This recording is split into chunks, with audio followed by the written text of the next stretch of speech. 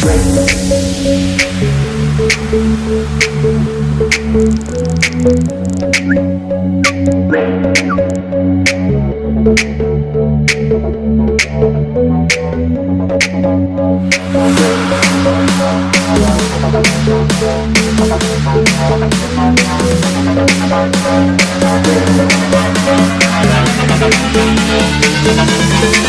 are DX. Hi there, welcome and thank you for your time joining us today. In this session, we would like to present our Cal State Innovate awarded mini grant project, Bulldog Wellness Spot. I have invited our project lead interns, John and Long, to share the technical aspect of this project, as well as how we were able to continue innovating toward greater student success during this special time of pandemic. The next, I would like to introduce John and Long to introduce themselves. Hi, my name is John Case. I have been an intern for DXI working with Max for about 2 years now. When I was the lead autonomous intern, I worked on the Bulldog bot and later the Wellness bot. For this Wellness bot project, I oversaw the robotics integration and worked closely with Long on the autonomous navigation. I am now the lead tech intern for DXI and have been recently working on the EOP chatbot. Outside of DXI, I have done some research work in cybersecurity. I am really excited to be here to showcase our accomplishments. Thank you for attending. Hi, my name is Long. I am currently a third-year computer engineering student. I myself am involved in a couple of projects, research projects for Fresno State faculty, and I am also an engineering pathways tutor.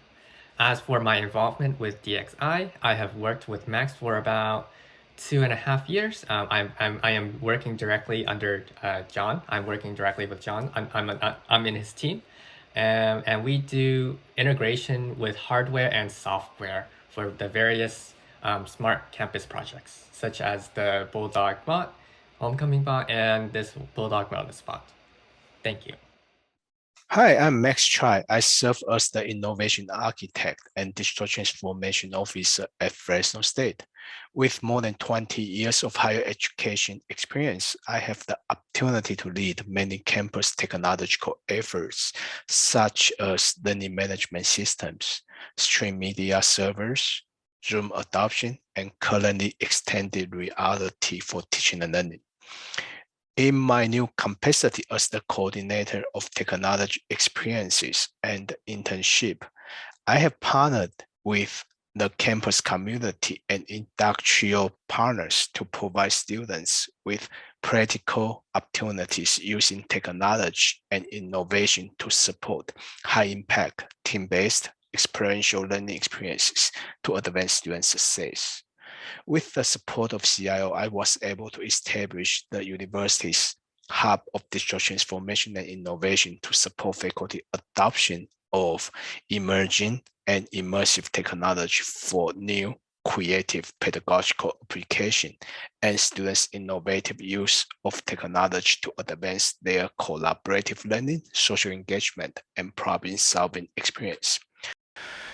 Again, thank you so much for attending our presentation. And in this presentation, you will learn Fresno State experience of how we engage student innovators to take advantage of new emerging technology to create solutions amid COVID-19 for a safer and healthier campus. And also see how we incorporate autonomous bot with AI services, as well as how we work together, but not being able to be physical together through cloud technology. All right, so the next, I'd like to invite Long to share with you of our team and the design behind Bulldog Wellness Spot, and also what problem we try to solve. I'm going to introduce a little bit of the history and context of the project. The Bulldog Wellness bot had its origins actually with the Bulldog Homecoming bot. It was an autonomous robot that interacted with people through various ways, such as speech and image recognition. When the COVID-19 lockdown occurred, we saw an opportunity to apply our robot as a solution to one of the problems caused by the virus. Now let's move on to the next slide. Obviously, the robot was not intended to cure the disease, but to prevent transmission through infected surfaces. After exploring many ideas, we narrowed down to those that is light enough to fit onto a small and mobile robot. The first method is UV light, which can reach a large surface area from the base of the robot. The second method we have planned will have the robot spray disinfectant liquid onto targeted areas. Furthermore, since human safety is the theme of this project, the robot should stop these functions in the vicinity of a human, which will be addressed in the next slide. So, what did we accomplish? We have successfully implemented the first disinfection mechanism. Since UVC light can be harmful to humans, the robot uses computer vision to detect nearby people and to turn off the light that protects their safety. With natural language processing and a far-field microphone, people can speak to and control the robot's task from a safe distance. While there are more features planned, we believe that the current version of the robot is an adequate prototype that fulfills its function. I'll let John explain the specifics of the design aspect. I'll be discussing our design process for the Bulldog Wellness Bot. First, we defined the parameters for how our robot should be designed. First, we looked at the size. We realized that for it to be effective, it should be able to traverse small areas. So the robot needed to be relatively small to do so.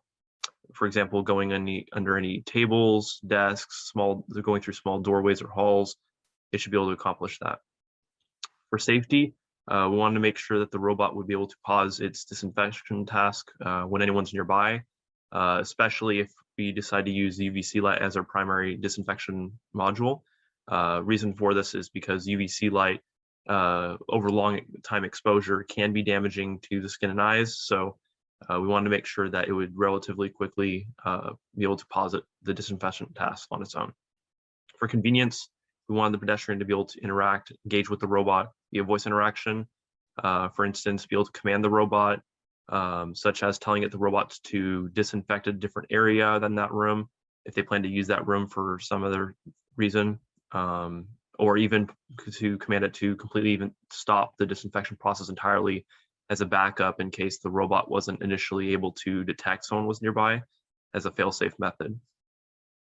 I'll be next discussing the logic flow for the design. The logical flow in our design, we decided that initially the robot should receive some sort of command, disinfection command. And when it receives that command, it should navigate to some area determined based off of whether or not that area was known to be disinfected yet or not. And it would first detect if anyone's in the room. And if so, it will stop the disinfection process, warn the human via voice output via speaker, tell them to leave the area, and it'll keep checking to see if they're still present. When they're not present, it will actually start the disinfection process. It'll navigate throughout the room, turn on UVC light, or let's say it's a disinfection spray. And once the room is entirely disinfected, it will navigate to a new area that has not been disinfected. Now, during the time, if it detects a pedestrian is present, the user can also override the current process and tell it to, instead of pausing the disinfection process, it will completely stop the disinfection process entirely via voice interaction. And that will allow it to tell it to return to its charging station to automatically charge and get ready for the next disinfection task. Next, I'll be discussing how we went from this logic flow to the design of our components and what components we chose for our design. For the hardware design, we ended up choosing to split it up into two modules. So one module handled the smart features of the robot. The other one would handle the navigation and cleaning or disinfection process. For our smart processes, the computer vision natural language processing, our computer vision needed a camera to be able to see nearby people. Natural language processing, we needed a microphone and a speaker, so that way via microphone, the user can send voice commands to the robot, and the speaker for the user to be able to hear a response from the robot, whether it's a response to its given voice command, or it is letting the user know that it is currently disinfecting. Another module for the navigation and cleaning. For the navigation, we decided to go with a prefab robot base, so one that had basic sensors for collision detection and avoidance, as well as basic movement, so some wheels, motors, to be able to navigate around the room. And for the cleaning, it would have some sort of disinfectant module, so you could be interchanged between a UVC light or a disinfectant spray. UVC light is what we primarily focus with and did a lot of our testing with. And as well, lastly, the navigation and cleaning module, that the processor that controls that module would have its Wi-Fi capability, so that way it could communicate with other robots that we plan to have hopefully in the future. That would allow them to the robots to communicate and discuss who is disinfecting what room, which room has already been disinfected, so they're not crossing over that same room to disinfect it over again multiple times. And then lastly, I'll show a demo showing the current progress that we've made so far. For the demo of the wellness bot, this is what the prototype currently looks like. We eventually plans to have 3D printed parts so that way we can enclose it so the wires aren't exposed, as well as 3D print some mounts so that way the components that are attached to the robot are more secure in place. And I'll be next showing you a demo of the robot moving around. You'll see here that the robot is able to be manually controlled around via teleoperated controls on a keyboard. One of the features we were actually working on during this project was autonomous navigation. It was mostly working, but there were some issues that needed to be worked out, so we were demoing the teleoperation control. You'll notice that some of the robot movement was rigid, and we hope to make those movements more fluent. To conclude our progress, we ended up managing to get the UV light fully implemented, as well as the status light. For the computer vision side of things that detects pedestrians walking by, it's partially functional. We've tested it with the standard USB webcams, and it seems to work pretty well. It tends to struggle with the high FOV cameras that we need for our surround detection or 360 view. For the natural language processing, the voice interaction, it's partially functional. The AI is able to interpret some different words and phrases, but it struggles with some of the ones we want, such as saying start or stop. Lastly, the movement of the robot, it's able to be controlled via full manual teleoperated control, but we're still working on fine-tuning the autonomous features of it. Well, thank you again to John and Long and other their teammates who are not presenting at this session. This is a teamwork, as they mentioned. It involves students in computer science, computer engineer, and even graphic design to get the whole robot built the way we are hoping it to be. And again, I'm so surprised, actually amazed about how far they are able to go with so limited resource we were having last year. And most of work they have done in their own home. They take parts of the robot and build it in their own home, and we meet once in a while. We bring it over and we test things out, and we started to move forward from there. Time to time, we were a little bit frustrated because we cannot just like the regular days, we can just have a lab, everybody can collaborate, discuss, and touch the machine, troubleshoot at the same time. But we managed to move forward. Again, cloud technology has been helping us working remotely, and we can run the simulation before we actually put in the code on the robot and test run it. And Amazon RoboMaker has been one of the wonderful sponsors which provide us a lot of training and resources in learning as well. So thank you to RoboMaker.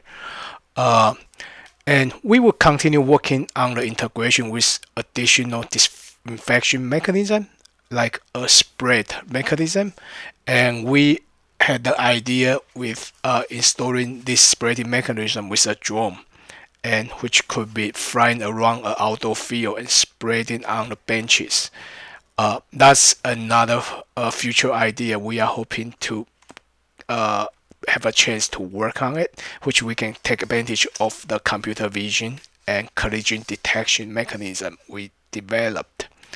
And of course, we did not finish everything we wanted to, such as the navigation issue.